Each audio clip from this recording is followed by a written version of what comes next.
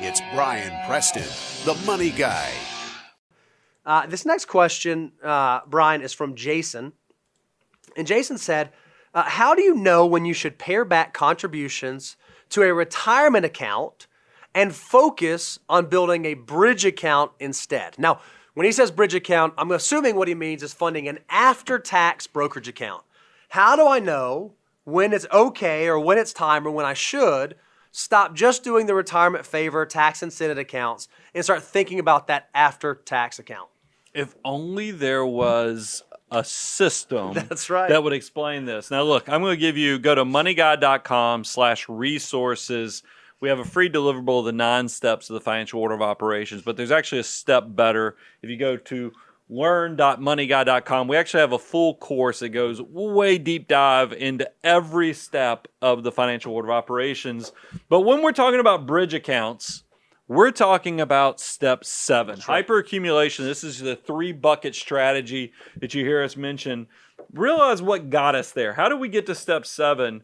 We had to, once I get to the investment side of things, that's all the way to step 5. I do want you taking advantage of all the tax-free growth opportunity, because as we've heard recently through tax legislation updates that may happen, the government's restricting that type of stuff. So you better take advantage of it as much as you can while you're in the income situation that you can get tax-free assets like Roth IRAs, Roth 401ks, HSAs. These are all powerful things that if used appropriately, used for how they were designed by the government, you actually get tax-free growth when you use them in those ways.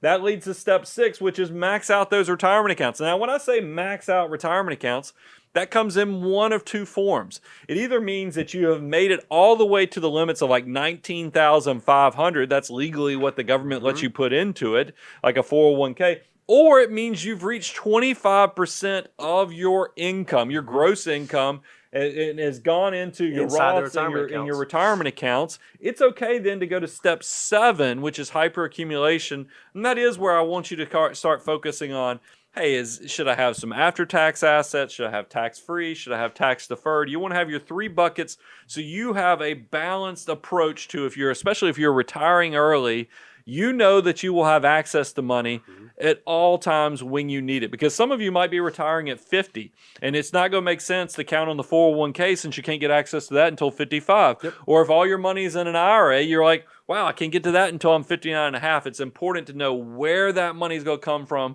That's why when Jason asked about it, that's your bridge account. That's why you have to have the 3-bucket strategy to make sure you're in a good financial place. The other thing I love about the bridge account, now it's supposed to be retirement money, it's supposed to be future money, but what I love is it also can kind of serve as opportunity money. Maybe there's an opportunity for invest in a business or a piece of property or a piece of real estate that you want to own, or maybe you think one day you want to do rentals, but you don't know when, so it's not time certain.